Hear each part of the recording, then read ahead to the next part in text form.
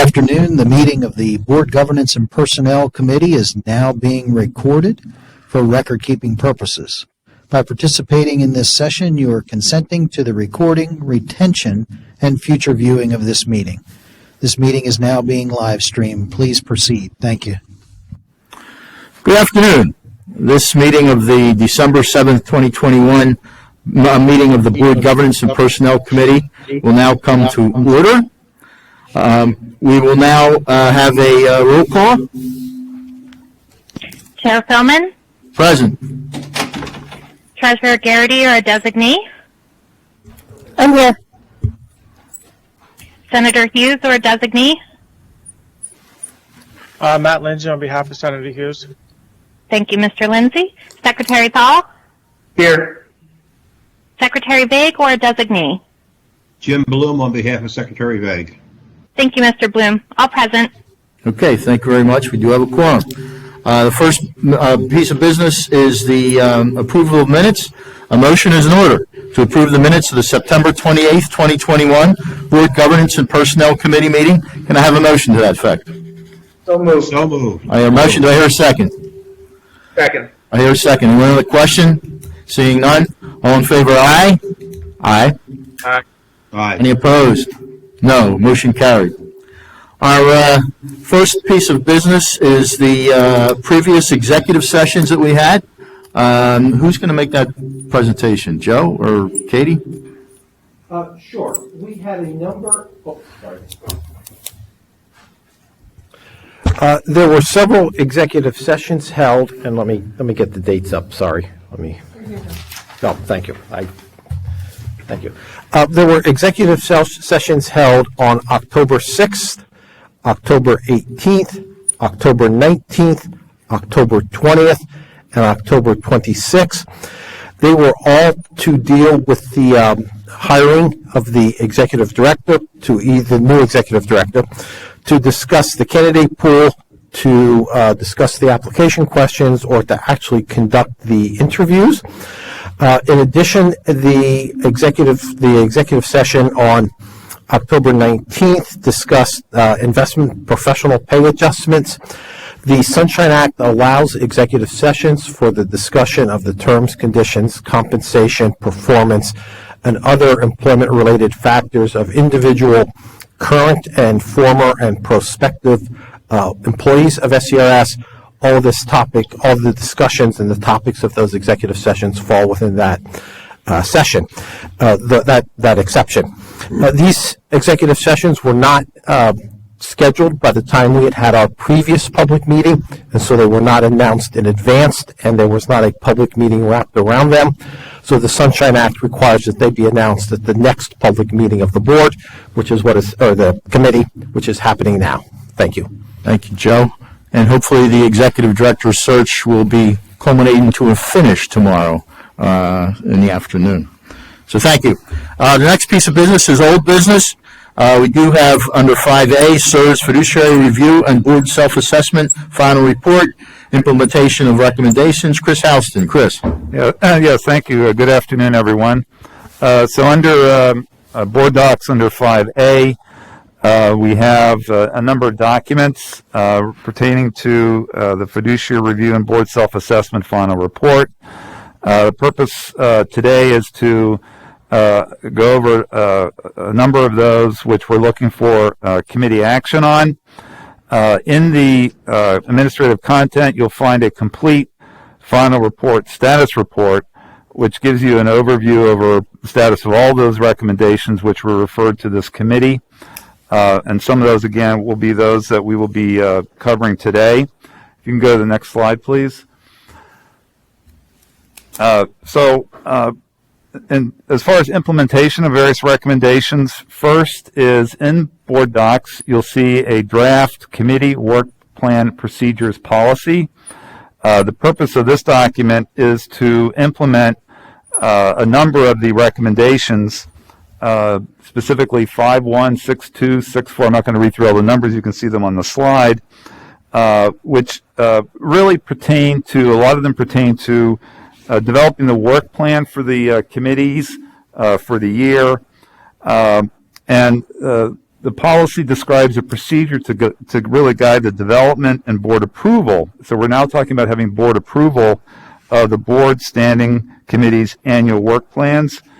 The idea is, and I know we're going to talk tomorrow about next year's calendar, but the idea is that assuming that we have an organizational meeting in January, that we'll have the committees established, we'll have the committee chairs established. The idea then would be for the committee chairs that are designated for each committee to work with the executive director and the committee staff to develop the work plan for the calendar year, which would then be submitted at the first business meeting of each committee and then go to the board for approval.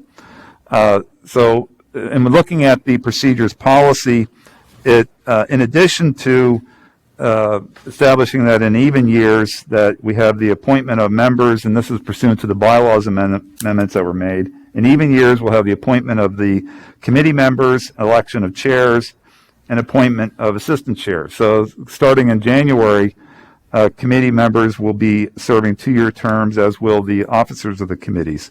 And then in odd number years, we'll be reviewing the charters, bylaws, policies that are referenced in the specific charters.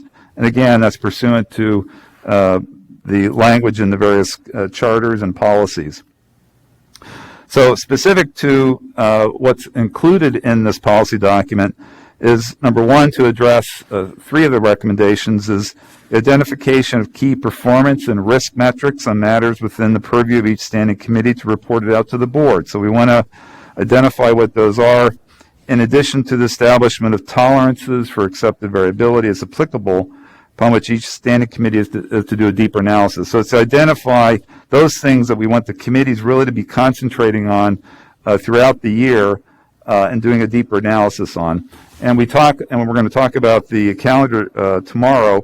We're building some time in between, hopefully, if the board approves the calendar, between the committee meetings and the board meetings to give time to develop the reports and so forth that are going to go to the board. The other idea is to include any SIR strategic business plan and any other board policy priorities and goals, which would require committee and/or board review and/or action. Also to establish the expectations and criteria for board approval, upon which outside advisors and your external consultants that you oversee are to be evaluated on an annual basis.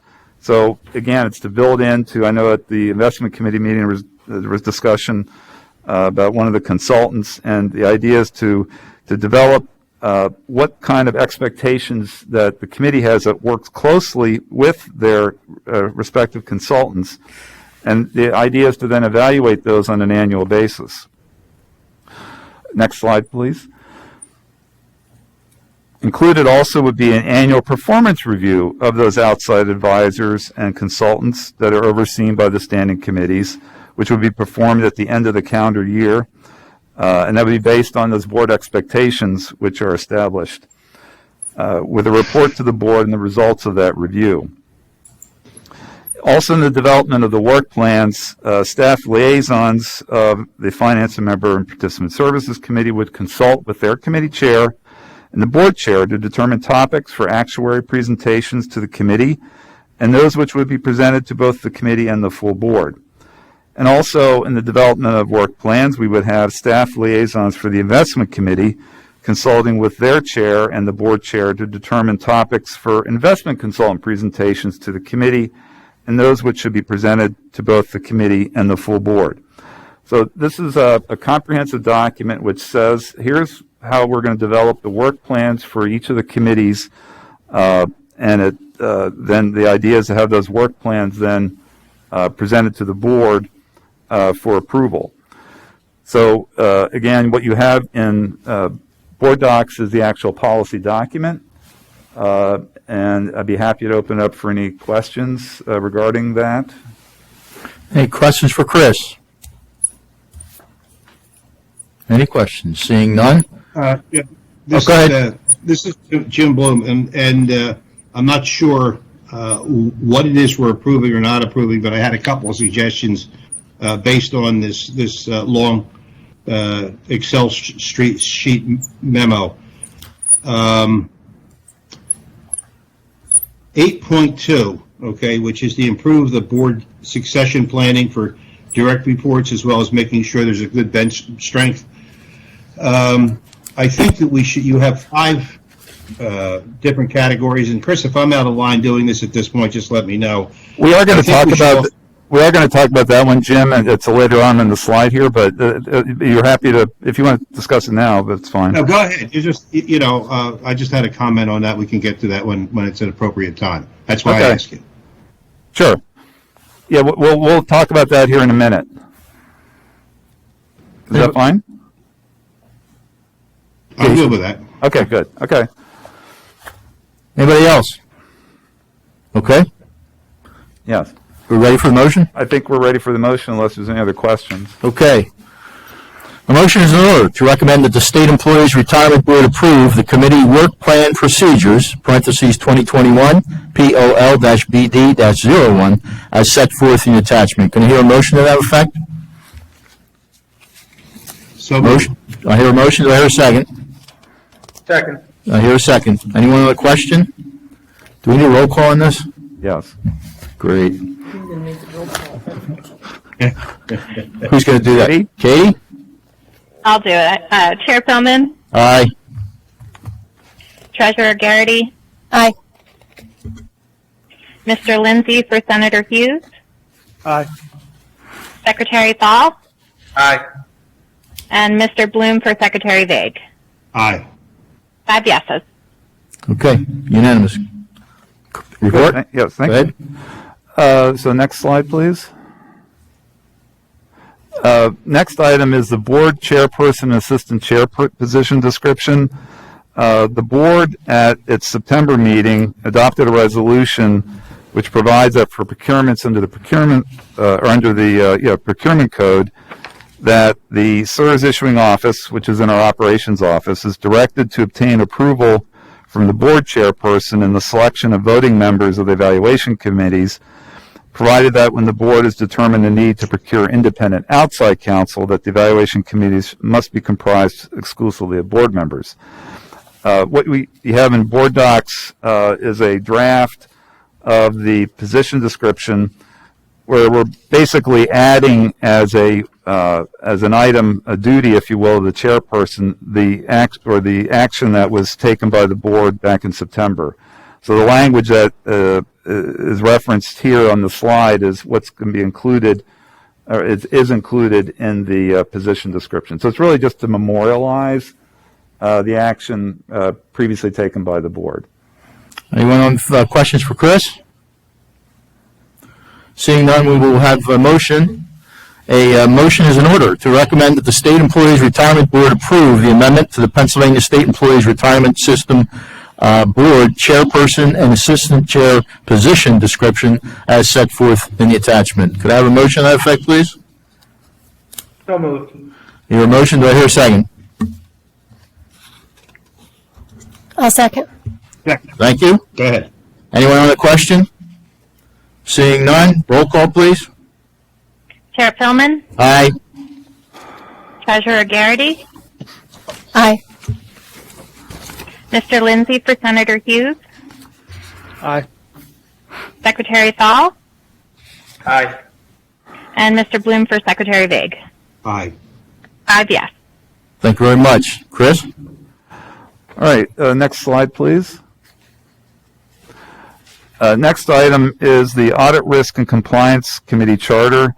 In furtherance of 2 of the recommendations in the Funston report, we're asking the committee to take action to concur with a recommendation which was taken earlier today by the Audit Risk and Compliance Committee to amend its charter, which clarifies the role of that committee in the evaluation of the internal audit director and the chief compliance officer.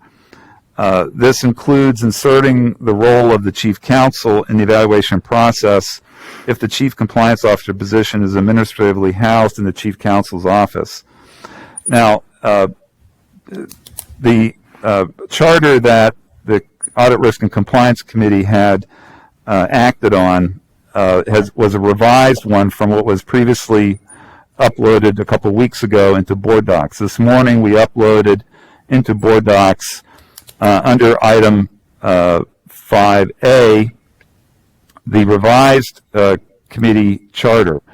The revision that was made, if I can, I'll read this to you so that we all know what it is. It's to two particular paragraphs of the charter, which are the ones that we're amending in any event. But there was language which was added, which I will go over here. So when we look at the Audit Risk and Compliance Committee charter, on page 4 of that charter, the proposed revised language before the change was this: the committee shall provide input to the executive director in the evaluation of the internal audit director.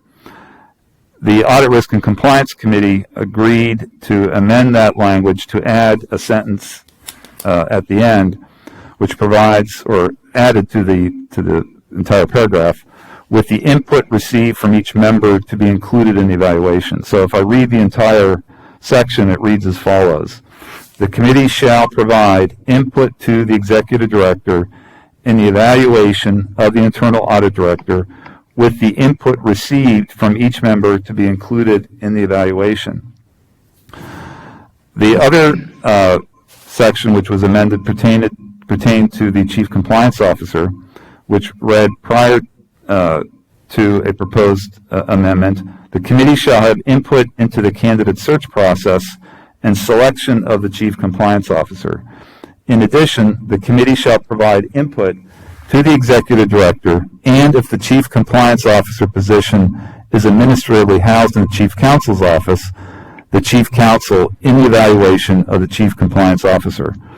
Again, language was added to that paragraph, which added at the end, with the input received from each member to be included in the evaluation. This came about as a request through the treasurer, and we had a conversation with Mr. Ebright before the Audit Risk and Compliance Committee meeting. And Treasurer, I guess you could speak to what the intent of that addition was. Sure. We just wanted to offer some clarification just to make sure that there was input from each of the members. I mean, it's as simple as that. Right. And appreciate that. Thank you very much, Treasurer. What I thought we would do, though, is just so everyone understands what the process is. So the intent of this language was to pick up on the recommendations from Funston, which was to have a more collaborative process and also to provide more informal feedback to direct reports. So SERS uses a employee performance review process pursuant to Commonwealth Management Directive and pursuant to our own internal policy. And I thought we'd have Katie just walk us through what that process is as it exists. If you could, please, Katie. Sure. At a very high level and generally speaking, all of the positions within SERS are placed on a performance review cycle. There's a few different cycles. We don't need to get into that. And so employees are on an annual review cycle. HR will notify the employee's supervisor, the rater, when it's time for the annual evaluation to be completed. The rater will complete the performance review. The rater then provides that performance review to the reviewing officer, so that's the supervisor of the rater, for any additional comments or conversation. Once both the rater and the reviewing officer are comfortable with the contents and the ratings and the comments on the performance review, that performance review is then issued to the employee. The employee does have the opportunity to request a conversation with the reviewing officer if the employee has concerns about the content of the performance review, or the employee can elect to add comments onto the performance review that would be retained with that performance review. And once the performance review has been signed off by the rater, the reviewing officer, and the employee, that review is then turned into human resources. We try and do a quality check on it to make sure that there's no inappropriate comments included and that the comments on the review match the ratings, and then that employee performance review is filed in the individual's official personnel file. It is a sensitive document, so as far as access goes, the employee can see the performance review. The supervisor would have access to that performance review. If at any point we have an employee who is changing jobs and leaving the agency for another Commonwealth agency, HR offices may ask for access to review the official file, in which case the performance review would be viewable by the HR personnel of a different agency who's looking at that file and considering hiring a CSRS employee.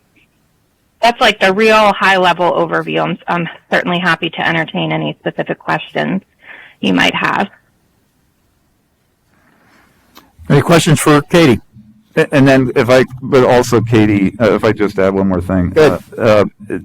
There's also an opportunity for a informal review, if you will, throughout the year. Is that correct? Yes, that's correct. So at minimum, midway through an evaluation period, so if it's a new hire, they might be serving a 6-month probationary period. Non-civil service jobs would be 6 months. Interim reviews, it's not really a probationary period in that instance. So usually about the 3-month mark, there's a progress review for employees on an annual review cycle. So their review period is a 12-month period. Generally around 6 months into that review period, there would be a progress review. It's not a standardized form that has to be completed. It's informal. It can be either in writing or verbally issued. Okay.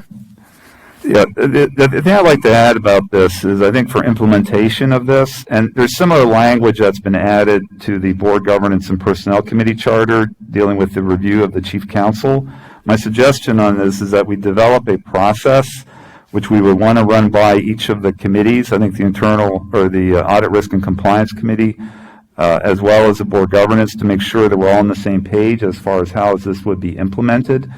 So that would be my suggestion if we go ahead and adopt the amendments to the charter.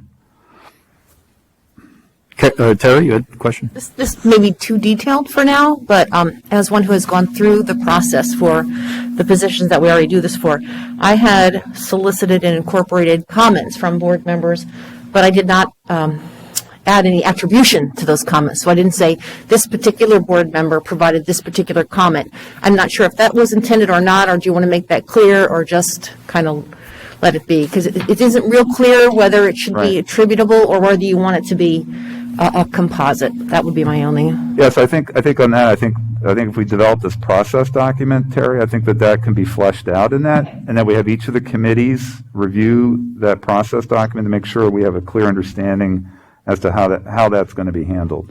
That would be my suggestion. Okay. With that, we will have a motion with the caveats that Chris had indicated with modified language as well as the discussions later. Motion is in order to concur with the recommendation of the Audit, Risk, and Compliance Committee to the State Employees Retirement Board to approve the amendments to the Audit, Risk, and Compliance Committee Charter as set forth in the attachment. Motion to that effect, please. Do I hear a motion? I hear a motion. Do I hear a second? Do I hear a second? Second. Sure, I'll second. Okay. I heard grunting. Anyone on the question? Seeing none, roll call, please. Chair Philman? Aye. Treasurer Garrity? Aye. Mr. Lindsay for Senator Hughes? Aye. Secretary Thal? Aye. And Mr. Bloom for Secretary Vague. Aye. 5 yes. Thank you very much. Chris? Next slide, please. So, similar to what we just discussed for the Board Governance and Personnel Committee Charter, we have proposed revised language, and again, following up the same Funston recommendations. There has not been a board involvement in the performance review of the Chief Counsel, but again, the Funston recommendation was to, have a process in place for each of the direct reports, and the chief counsel is one of the board's direct reports. So we have language in the draft charter amendment, which provides that the committee shall collaborate with the executive director in obtaining input from the board in the annual employee performance review process of the chief counsel. That's how it was originally drafted. As I indicated, there's an amended revised charter in board docs where we added similar sentence or similar language to the end of that, which provides that with the input received from each member to be included in the evaluation. And again, I would recommend that we have the same consideration for a process that would be established for this committee to review to make sure that the committee's in a uniform concurrence with how the process is going to work. So staff would draft that and present that to the committee for review. Okay, as Chris indicated, the red line piece has the addition as we did to the audit committee. So we'll be in compliance with all the committees when it comes to those kinds of recommendations. Anyone on those questions or comments? Seeing none, we will go to motion. A motion is in order to recommend to the State Employees Retirement Board approve the amendment to the Board Governance and Personnel Committee Charter as set forth in the attachment. Can I have a motion to that effect, please? So moved. I hear a motion. Do I hear a second? Second. I hear a second. Anyone on the question? Anyone on the question? Seeing none, roll call, please. Chair Philman, Aye. Treasurer Garrity, Aye. Mr. Lindsay for Senator Hughes, Aye. Secretary Thal, Aye. and Mr. Bloom for Secretary Vague. Aye. 5 yes. Okay, thank you very much. Thank you. Just on as a reminder on those two actions you just took, they will not actually be brought to the board until the business meeting in the new year because we have a 15-day notice requirement to the board on any charter revisions or bylaws revisions. So notice will go out and we'll take action on those items at the following year's beginning next year meeting. Next slide, please. This is just updates and other recommendations. These are the last ones that we're going to be presenting to the committee. First one is the board should first determine the role it expects its executive director to play with respect to legislative policy or positioning, and then determine whether or not a formal policy would be desirable. We'll be coming back to the committee at a future meeting with any staff comments on that one. Next slide, please. And that applies to this one as well. This was recommendation 1.1. The board should recommend various statutory revisions to the General Assembly to require one or more appointed trustees to have professional investing experience, give the CERS board greater flexibility regarding procurement, including the ability to establish its own procurement policy, increase the CERS board's discretionary authority regarding budget, complement, classification, compensation, and contracting procurement process and authorities, and then finally consider staggered terms for elected and appointed trustees to improve continuity. We've been working on this one as well as one I just reviewed, but again, we'll be coming back to you at a future meeting with any staff comments regarding that. Next slide, please. This is 1.2. The board should provide periodic guidance to the appointing authorities regarding desired experience, capabilities, and diversity of new appointments. Again, we'll be coming back to the committee with a follow-up on that one. Next slide, please. On recommendation 1.4, it says the board should consider hiring its own independent counsel in specific situations, including potentially expediting the board's role in handling disability reviews and appeals. Included in board docs under 5A. And Joe, if you just want to mention what we have in there for the committee. Yes, and this is in 5A. If you bring it up, it is the second from bottom item on the left-hand column where it says SCRS Administrative Hearing Docket Final 12/3/21. That is a summary status of. Let me bring it up here myself. Just one moment. A summary status of the administrative hearing docket. We had a hiatus in administrative appeals during the COVID emergency due to technology issues and also staffing concerns that we had here. We were a little short of staff. Since being back and developing distance and remote hearing processes, we have started to reschedule the hearings. As you can see, we're pretty much up to date. Most hearings are either scheduled or soon in the process to be scheduled. Incidentally, we've had very little take-up on our offers for remote hearings. The vast majority of people that we are scheduling hearings for are requesting live hearings and not doing them remotely. So if there are any questions about this, I can answer them now, or you can get back to me offline, and I'll be glad to discuss any of the matters. I don't want to get into the merits, though, because I don't want to be mingling the due process concerns and violating due process rights, but I can talk about the procedural status. And then the final thing on that is, and Joe, you can confirm this as well, is that the Chief Counsel Office is developing alternative arrangements to provide legal advice to the board if you would be conflicted out in an administrative appeal or other matter for review at a future meeting. That is correct. We are looking into some alternatives and possible ways to handle that. It may be simpler than we thought. It may be as simple as, if I'm conflicted out, somebody else in the office can do it. It looks like it, because we're a government, me having a conflict or a chief counsel having a conflict does not automatically disqualify everybody else in the office like it might do for a law firm. So we'll come back with further recommendations on that at a subsequent meeting. Thank you, Joe. Next slide, please. So 7.1 and the next slide is also covers the same item. It's 7.2 and 7.3. These all pertain to developing an education plan and education components to that. We had originally hoped to have something to the committee this meeting. As you recall, you all, many of you completed the board survey that we conducted, which was, a lot of that information is very useful in developing the education plan. So we're still working through that. So we hope to, in the beginning of next year, come back to you. Well, we not only hope, we will come back to you with an education plan for your consideration. Next slide. And that also deals with recommendations 7.2 and 7.3. Those will all be addressed in the board education plan. And the next slide, please.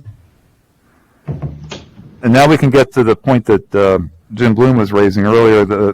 Another recommendation, which we're going to come back to the committee on, is dealing specifically improved board succession planning for direct reports, as well as making sure there's good bench strength. And we're continuing to review that, and we'll come back to you with recommendations. And Jim, I mean, this is the time for you to raise your point. Well, certainly been patient here. I just think we should add the yes, you have. Officer to the list. And I think we should add the chief financial officer to the list.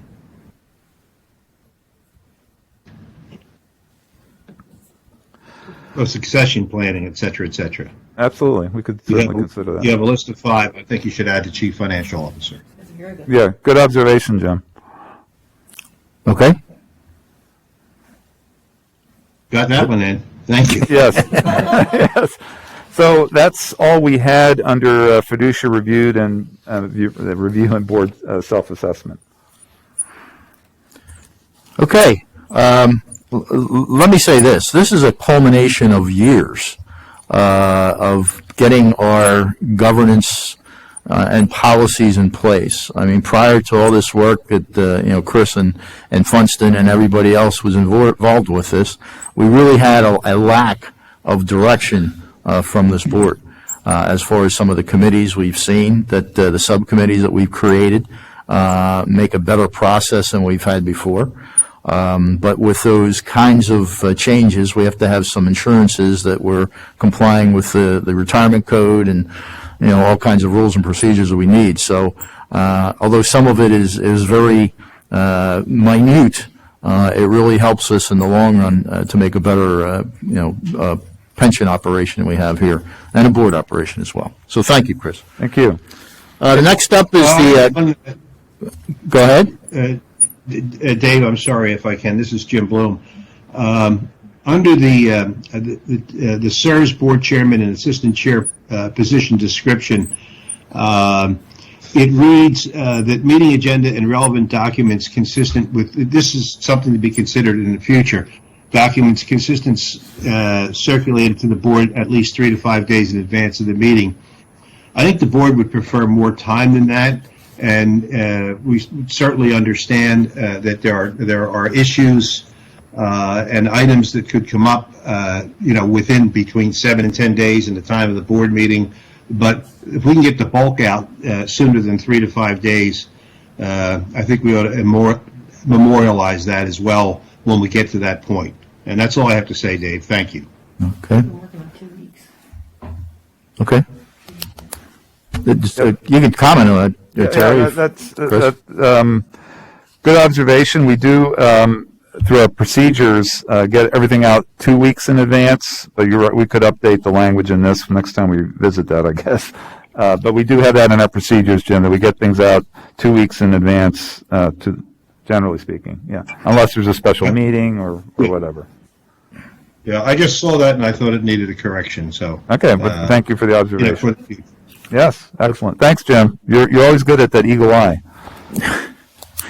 Okay, thank you. The next piece of business is the classification and compensation study. Katie Matthews and CBIZ.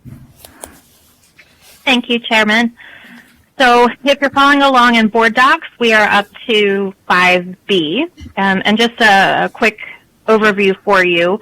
The Retirement Code provides that notwithstanding any other provisions of law, the compensation of investment professionals and legal counsel shall be established by the board. Regarding investment professionals, the agency currently has a compensation and classification structure for this work. That's documented through the compensation policy for investment professional staff that's posted to the CSRS website. The policy provides for a comprehensive study, if approved by the CSRS board, to be conducted every 3 to 5 years by an external and qualified consultant.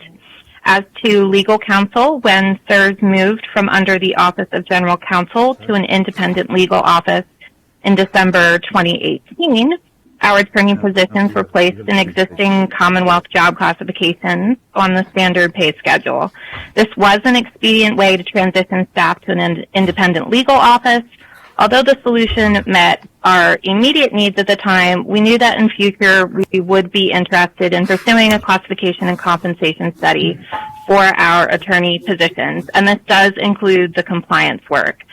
So in September 2020, the board accepted this committee's recommendation to authorize the procurement of a consultant. We have gone through the request for proposal process, and CBIZ was the selected consultant, and the contract was recently finalized. Here with us today is Joe Rice, Director of Compensation and Consulting Division of CBIZ Talent and Compensation Solutions. Joe will be providing you with a very high-level overview as an introduction into the engagement. So welcome and thank you, Joe. Thank you for that introduction, Katie.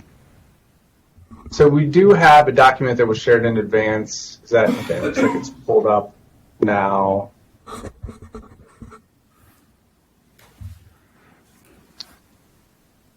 Very good.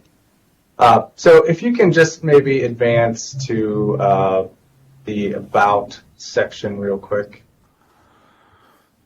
Slide 3.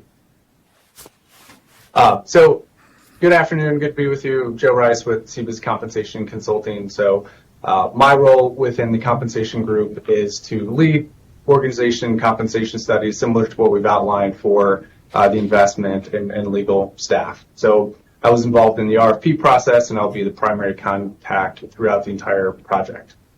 CBIZ, if you're not familiar with us, we are a professional services firm. We have offices across the United States. We're approaching about $1 billion in revenue. Our compensation consulting group sits within that benefits and insurance services function. We are a national practice for CBIZ, which means that we serve clients from coast to coast, really all industries, geography, size as a broad team. But one of my specialties is working with other U.S. public pension funds. So going back around 4 years, we launched our proactive annual compensation survey to collect data so that when we have projects similar to this, we can quickly pull those peer comparisons and complete the work efficiently. Next slide. So an overview of what we want to look at today is start with our methodology, really just giving an introduction to the work that we're going to perform. We're just getting started, and so today is really to give you an introduction into the work that we will be doing. And following that, we'll have the ability to answer some questions, and we can talk about next steps. So on to methodology.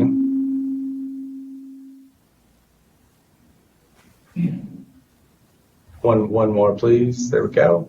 I want to start with an initial definition of market pricing. So, really core to the work that we're doing is this concept of market pricing. And so it's defined as the valuation of pay for jobs in the external labor markets.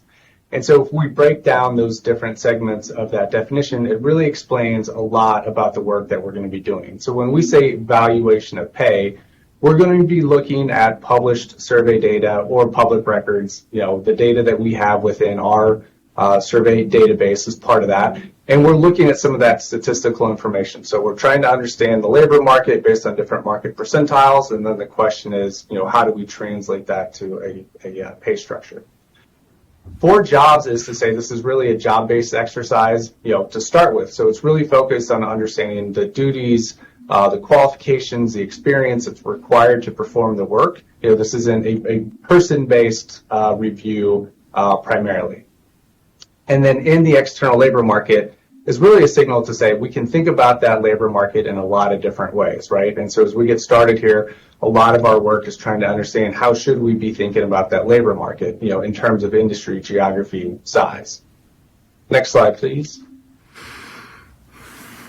So far we've really launched the project with our planning team. So we had an initial, review to get to know each other, kind of go over the project and understand what is going on currently. What are some of the drivers? What are you hoping to accomplish, right? And how should we think about some of these aspects?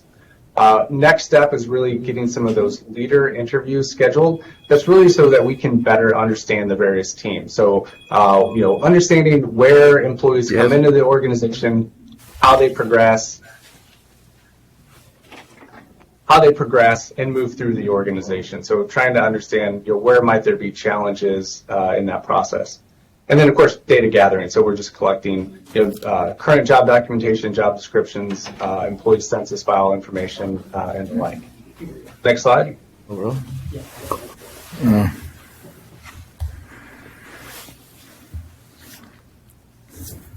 So another important component of this project is really reassessing a lot of the current responsibilities, duties, right? So we will be exploring how to collect some of that data. We can launch a job analysis questionnaire that's a highly structured questionnaire that goes to incumbents to ask questions about the duties and responsibilities and qualifications.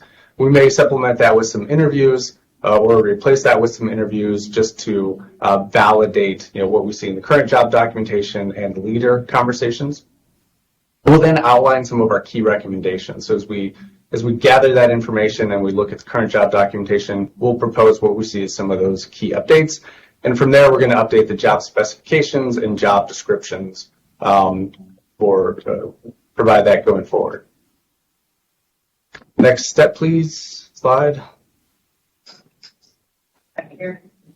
So at that point, or as we're going through that, we'll also be evaluating market data. So in that market analysis, we will identify a peer group from our public pension survey. So we have about 74 funds that participated that we have data from the current year that we can evaluate to say who are the relevant comparisons within that data set.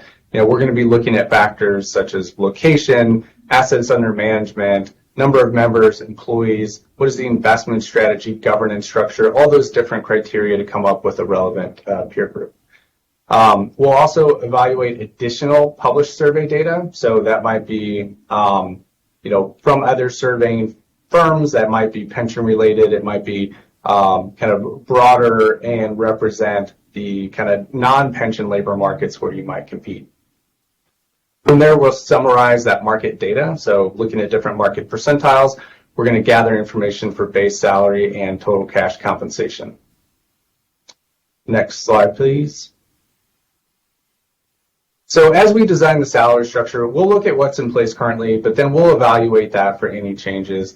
Really part of that is going to say, can we work within the structure that you have currently? Do we need to propose something new? How does the compensation align with the job architecture, career ladders, that type of hierarchy? Really focus on some of those mechanics of how wide the pay range is, right? Is it too wide that it's not market relevant from a minimum and you overcompensate at a maximum? Is it too narrow that you don't have enough flexibility?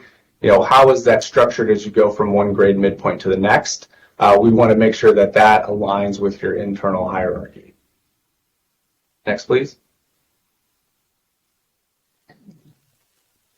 The financial impact analysis is really the implementation analysis. So we're going to start to look employee by employee based on the proposed salary grades and the minimums, midpoint, maximums to see who's below minimum, who's above market, above maximum. The jobs will be slotted into that salary structure based on the review of the market data. So we want to make sure, again, that grades are going to be comprised of jobs that have similar market data. We're also going to look at things like pay compression, which is going a little bit deeper to look at some of those employee characteristics to understand, do we see any gaps in market competitiveness as we evaluate experience and performance relative to the pay range. And so the concept of that is if you have a long tenured high-performing employee that's at the minimum of a pay grade, that's also going to be an issue that you might want to address. Next slide. We will then have the preliminary results review. So we're going to come with the full project deliverables, but in draft form. And that's really to say, we want to give an introduction to the documents at that point, make sure that we can understand the market data and how it relates to the structure and how it relates to the implementation plan.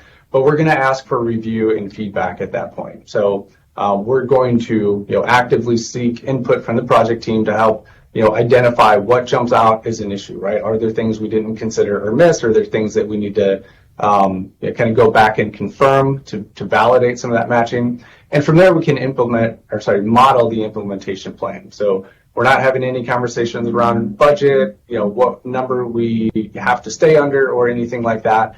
But if we do find that there's significant recommendations, then we can work with you to identify what is a budget, what is an implementation plan, how do we work together to finalize this. Next slide. And then, I'll come back to this group and share that board presentation. So after we have finalized everything, we'll share what we've outlined as the peer group, how we've defined those labor markets. What is the market placement? So how do you want to compete in the market? Are you trying to be a top payer, bottom payer, or kind of meet in the middle? So we want to be transparent around all those compensation philosophy items. What are the market pricing results? What are we recommending for any pay structure adjustments? And then what is the implementation plan? We'll share all that with you in time. Next slide. A few things then for ongoing administration. We're also looking at draft policies and procedures. So what you have in place currently, that's things like promotion policies, demotion policies, how to set pay for new hires, to make sure that there's certain procedures in place to help administer the compensation plan going forward. We will also provide an annual salary planning letter. In that, we outline recommendations for two items. One is salary increase trends. So what you need to budget as an organization to offer market competitive salary increases, so that current wages stay competitive with the market. And then secondly, structure updates. So not necessarily tied to employees, but looking at that structure and updating the minimums, midpoints, and maximums based on market trends. Next slide. And with that, I can address any questions. Any questions for Joe Rice? Okay, hearing none. Thank you, Joe. Appreciate the report. Thank you very much. I look forward to reporting back to you in due time. Okay, thank you. Thank you. Okay, item 5C, report on notational ballots for investment professionals' pay adjustments. Katie Matthews. So the committee took action through the submission of notational ballots for investment professional pay adjustments for 3 staff. The committee is delegated authority through the agency's compensation policy to authorize the permanent pay adjustments for Jason Berger and Ryan Morse. The action for Jeffrey Meyer does require board approval. So first up, the notational ballot for Jason Berger read, to approve and grant Portfolio Manager 1, Jason Berger, a 9% hourly pay increase to $77.67, retroactive to July 29th, 2021. The 5 committee members unanimously approved the action through their notational ballot submissions. The second notational ballot was for Ryan Morse. It read, to approve and grant Portfolio Manager 1, Ryan Morse, a 9% hourly pay increase to $80.04, retroactive to July 29th, 2021. The 5 committee members unanimously approved the action through their notational ballot submission. And lastly, the notational ballot for Jeffrey Meyer read, to recommend to the State Employees Retirement Board that it approve and grant Managing Director of Investment Operations Jeffrey Meyer a temporary 6% hourly pay increase to $139.93, retroactive to July 19th, 2021, when he temporarily assumed oversight of the private market and real estate portfolios through October 8th, 2021, when he relinquished those duties. The 5 committee members unanimously approved the action through their notational ballot submissions. And that's the end of the report. Okay. Thank you very much. Item 5D, SIRS Strategic Business Plan Update. Chris Houston. Yeah, this is an information item we have in board docs under item 5D, a copy of the latest update on the fiscal year 2021-2022 strategic plan. And for your information, we also have, and we're going to include this, and in fact, going forward, we're going to be reporting this out directly to the board on these items as well, so that the full board is fully aware of where we are with the plan. But we also have the full strategic plan for the fiscal year 2021 through 2023 included in here as an information item.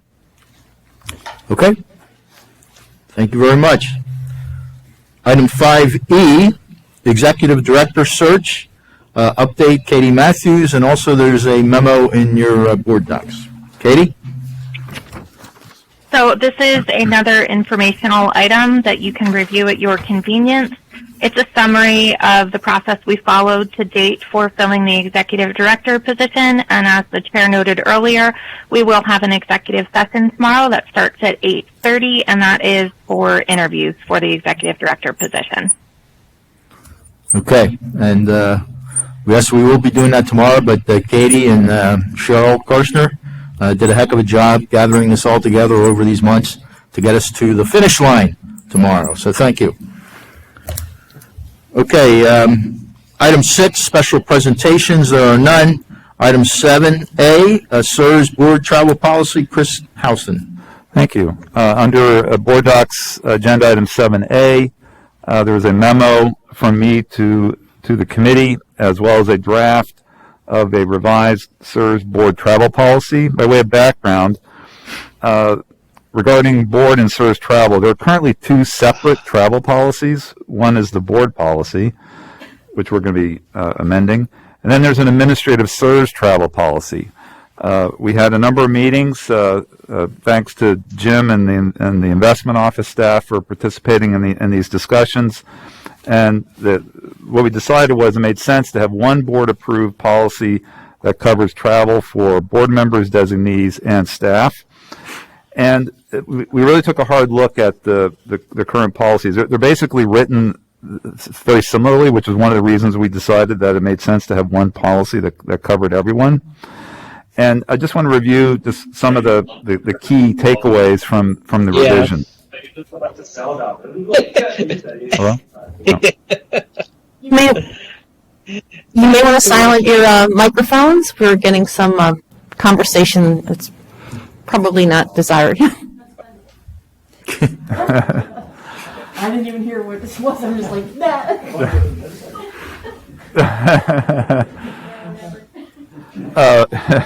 So the first thing what we wanted to do was to prohibit third parties from furnishing business travel arrangements. So the current travel policies contain similar language, which provides that third parties, from time to time pursuant to contract provisions, are permitted to furnish transportation, lodging, and/or meals in whole or in part for servers' business travel.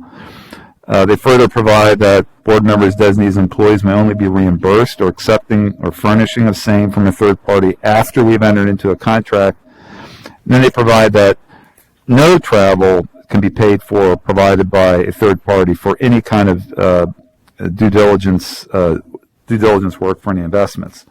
The amendments to the policy provide that notwithstanding any of those contractual arrangements pertaining to third party furnished travel arrangements, all CSRS business travel will be arranged by CSRS and be the most economical to CSRS. It provides that we will then seek reimbursement of such business travel costs and expenses from the outside parties where applicable and permissible. It also provides that any contracts entered into by CSRS or the board after January 1, 2022 shall provide for those provisions that I just highlighted. And any reimbursements owed to CSRS shall be payable to the Commonwealth of Pennsylvania and delivered directly to the Bureau of Commonwealth Payroll Operations. The policy provides that all pre-investment due diligence, which is the way it was before, but it again has that pre-investment due diligence business travel expenses must be paid by CSRS and or the employee for reimbursement by CSRS, and no reimbursement from investment managers for any pre-investment due diligence business travel shall be permitted or accepted. Finally, the policy specifically provides that board members, designees, and employees are not permitted to seek out or receive any extraordinary services from outside parties under any circumstances. Another area I just want to highlight is it required adherence to the travel and subsistence allowance monetary limits of Management Directive 230.10, which is the Commonwealth travel policy. So that policy provides very strict monetary limits on those expenditures. And the reason we have this is that the executive board there's an executive board resolution which is attached as Appendix A to the policy. It's ER 86064. It includes an exception to the provisions of the Commonwealth travel policy. It provides that board members, the executive director, assistant executive director, who we don't have anymore through our restructuring, and chief investment officer of the state employee retirement system are exempt from the monetary limits of Management Directive 230.10. The policy provides that notwithstanding that exception for an exemption from the monetary limits, that the exemption shall not be utilized, and the monetary limits of the Commonwealth travel policy shall apply for any business travel. With this provision, all board members, designees, and CSRS staff will be required to adhere to the monetary limits of the Commonwealth travel policy. The third area it deals with is pertaining to out-of-state and international business travel. So pertinent to out-of-state travel, again, the executive board resolution that I have highlighted also includes an exception to the provisions of the Commonwealth travel policy, which provides that officials and employees of the state employees retirement system will not need prior authorization to travel out of state. The governor's office has since clarified that exception does not apply to international travel and that any international travel requires prior authorization. Now, specific to gubernatorial appointees, and we've attached as an Appendix B to the policy, is a memo from the governor's office which superseded the executive resolution 86064, and that memo is dated May 29, 2019. And it specifically requires that gubernatorial appointees to the board were required to obtain prior approval through the Commonwealth out-of-state travel application system, referred to as COSTA, for any out-of-state international travel. So again, notwithstanding that exception that I highlighted about out-of-state travel, specifically gubernatorial appointees, it provides that they need prior authorization for any kind of out-of-state or international travel. The policy provides as follows in addressing the out-of-state travel exceptions in the governor's memo. So pursuant to the executive resolution for travel outside the Commonwealth of Pennsylvania, but within the United States, employees, board members not appointed by the governor, and designees are not required to use the COSTA system to request approval prior to making any reservations or incurring any costs related to business travel, but they are required to use COSTA to request approval prior to making any reservations or incurring any costs related to international travel. And then pursuant to the memo from the governor's office, the policy provides that all gubernatorial appointees to the board are required to use COSTA to request approval prior to making any reservations or incurring any costs related to any out-of-state and international business travel. The policy finally provides that for all employees that they must obtain prior written approval from the executive director, the board chairperson, and the chief investment officer prior to making any international investment-related business travel arrangements. Finally, the policy provides that assistance will be provided to board members and designees through the SERV's administrative office and executive office, I should say, in making any travel arrangements. So we will assist in using the Commonwealth online booking system, which is known as SAP Concur, and the use of COSTA for any approvals that are needed for any of those travel arrangements. Jim, I don't know if you wanted to add anything to the discussion on this point. No, I think that captured everything, so thanks. Okay. Are there any questions regarding the proposed policy? Yes, Treasurer. So the international piece, so the bottom line is, what do they have to comply with? It depends upon who. Okay. So like if the investment team is traveling. If the investment team is traveling, they're required to use this Commonwealth out-of-state travel application system to get pre-authorization, number one. And they also need to get the executive director, the board chairperson, and the chief investment officer to sign off on it. So there'd be a written, and this has been utilized in the past, there's a written memo that goes, and that it outlines the reasons for the trip, where they're going, et cetera, and that's signed off on internally. But they also have to go through that Commonwealth out-of-state travel application system. Does that allow you to do economy, comfort, like We have, and all the booking has to be through the Commonwealth system, the SAP Concur system. Yes. Okay. Thank you. You're welcome. Any other questions? I think it was a way of tightening this policy and especially keeping our distance from the investment managers when it comes to the duties we have to do at this point. So, okay, with that, if there's no other questions, we do have to make a motion. Motion is in order to recommend that the State Employees Retirement Board approve the amendments to the SERS Board Travel Policy, parentheses 2018 POL-BD-10, end parentheses, as set forth in the attachment. Do I hear a motion to that effect? I'll make the motion. I hear a motion. Do I hear a second? Second. I hear a second. Anyone on the question? Hearing none, roll call, please. Chair Philman? Aye. Treasurer Garrity? Aye. Mr. Lindsay for Senator Hughes? Aye. Secretary Thal? Aye. And Mr. Bloom for Secretary Vague.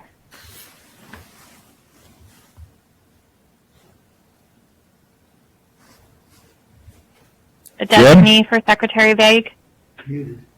If Jim fell off, this is Alan. Aye. I can vote. Oh, it sounds like Jim's back. There you go. Thank you. Thank you both. That's 5 yeses. Okay, thank you very much. Okay, 7B, a compensation policy for investment professional staff, annual pay increase budget. This is an annual piece we've done forever. And Katie, you have the floor. Not quite forever, but it has been for the past few years. That's true. I stand corrected. I think we implemented the current version of this policy in 2017, so 2018 would have been the first year we went through the process, I think. So employees in our investment office and Office of Financial Management covered under the compensation policy for investment professional staff are eligible for consideration for an annual salary adjustment based upon merit. Before individual employee increases can be considered, the board first approves the pay increase budget, and this committee makes the recommendation to the board on that aggregate pay increase budget. So ideally and timing-wise, the pay increase budget is established in December. Then individual employee pay increases are discussed and approved in early 2022 to then take effect the first full pay period in March. The suggested pay increase budget has been discussed with the Executive Director, the Deputy Executive Director for Administration, the Chief Investment Officer, and the Chief Financial Officer. The recommendation from CSRS for 2022 aggregate pay increase budget is 4.5% of aggregate salary for covered positions, excluding the salary of the Chief Investment Officer and the Chief Financial Officer. The Chief Financial Officer has confirmed that the CSRS budget can support this recommendation. And I'll also note that 4.5% is a reduction from prior years. In 2021, the aggregate pay increase budget was set at 5%, and in 2020, it was 6%. I'll also emphasize that what we're discussing is a pool of money that the CIO and the CFO can then allocate across their teams for individual employee pay increase based on merit, of course subject to the committee approvals. When I talk about a 4.5% aggregate pay increase budget, what I'm referring to is calculating 4.5% of covered staff salaries. So for investments, this is approximately $90,500, and for finance, it's approximately $22,000. So we're not talking about giving every covered employee that 4.5% increase. Our investment professionals actually do not receive cost of living or longevity increases. So in considering the aggregate pay increase budget recommendation of 4.5%, we looked to the salary planning letter prepared by CBIZ, and that is then provided annually to CSRS. That's attached in board docs for your reference.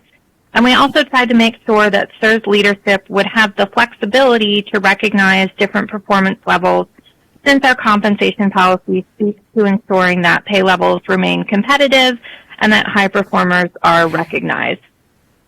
So as we discussed in the beginning, this is a process we've followed for the last few years, and then setting the aggregate pay increase budget to be allocated across individual covered staff can result in those staff receiving different compensation levels. So some employees may not receive any pay increase budget, while some individuals could, for example, receive, say, a 7% increase. And also, just because you are authorizing a maximum aggregate budget, it doesn't mean that the full pay increase budget will necessarily be utilized. So supervisors of these covered employees will be evaluating employee performance against established goals and the job factors detailed on the employee performance review form. So that's the overview of the process. Are there questions I can answer? Any questions for Katie? Before I have any questions, I'd just like to say that this is an ongoing piece as far as maintaining the, insurance that we can keep the employees, especially in these offices, not wandering, if you will, for the reason to stay on board with us. It's not a significant amount of money. But it's a good way, especially with Jim and his staff, to be able to at least pick out the folks that are doing a heck of a job and show them our appreciation as far as that goes. So, as Katie indicated, not everyone gets the 4.5. It's a pot of money to pull out and to take a look at the folks that do really a great job and to show our appreciation for that. Has worked for the 3 years. 1 year, we actually tied it into performance, which was a very difficult matrix to go ahead with, especially when there's downturns in the markets, and we have nothing to do with that as far as that goes. So our recommendation is that this is a good start, lower than the other 2 years that we've done, and it's something that's appropriate, I think. Anybody have any questions or comments? I have a comment, Mr. Chairman. Yes, sir. Thank you, and I agree it's something we should do, and I just would like to, as a comparison, the CPI index for salaried board and officers was just certified for the Commonwealth at 5.5%, so we are well below that number. We're a percentage point below that number. Thank you, Secretary. Anybody else? Okay, if not, we do have a motion to move this, and again, the particulars will be approved in a future meeting. A motion is in order to recommend to the State Employees Retirement Board to approve the annual aggregate pay increase budget for 2022 to be set at 4.5% of the aggregate salary of all staff compensated on the investment professional pay schedule for positions below that of the Chief Financial Officer and the Chief Investment Officer, with the actual pay increases for all staff compensated on the investment professional's pay schedule, including the Chief Financial Officer and the Chief Investment Officer, to be determined in accordance with the compensation policy for investment professional staff, State Employees Retirement System. Do I hear a motion to that effect? So moved. I hear a motion. Do I hear a second? Second. Mute is off. Thank you. Thank you, Jim. Anyone on the question? Anyone on the question? Seeing none, roll call, please. Chair Philman? Aye. Treasurer Garrity? Aye. Mr. Lindsay for Senator Hughes? Aye. Secretary Thal? Aye. And Mr. Bloom for Secretary Vague. Aye. That's 5 yeses. Thank you very much. Appreciate it. 7C, our piece of business, Executive Director Annual Review Process, Katie Matthews. So with Terry retiring, I believe she's provided her updates on board docs for you. I think it's under, Terry, correct me if I'm wrong, the board meeting and your executive director update. Is that where that information can be found? Correct. Okay. So I think that's all we have to offer at this point in time. Okay, thank you. We did, since Terry will be leaving us, we didn't go through the formality of reviewing you or your performance as you go out the door. It would serve no purpose. But again, she has indicated the process that she's made, or progress she's made as her term here for the last year. Okay, executive session we have none, although, Joe, do we have to announce tomorrow morning's piece? Yes, but you have to do it at tomorrow's meeting, because this is not the meeting of the full board. It's the full board in executive session tomorrow, right? Well, I'm talking about the interviews tomorrow morning. Right, but that's the interviews of the full board, so that will be announced after the fact at the full board meeting. Very well. Okay, so noted. Okay, comments, concerns, questions? I would assume there's none at this point. With that, a motion to adjourn. Do I hear a motion? So moved. Do I hear a second? I'll second. Okay, thank you. All in favor, aye. Aye. All opposed, no. Motion carried. Thank you very much for everybody here. 8:30 a.m. We start off in the morning, and then we will go through the interviews, and then the board meeting will be in the afternoon, 1 o'clock. So thank you very much, and enjoy the rest of the evening.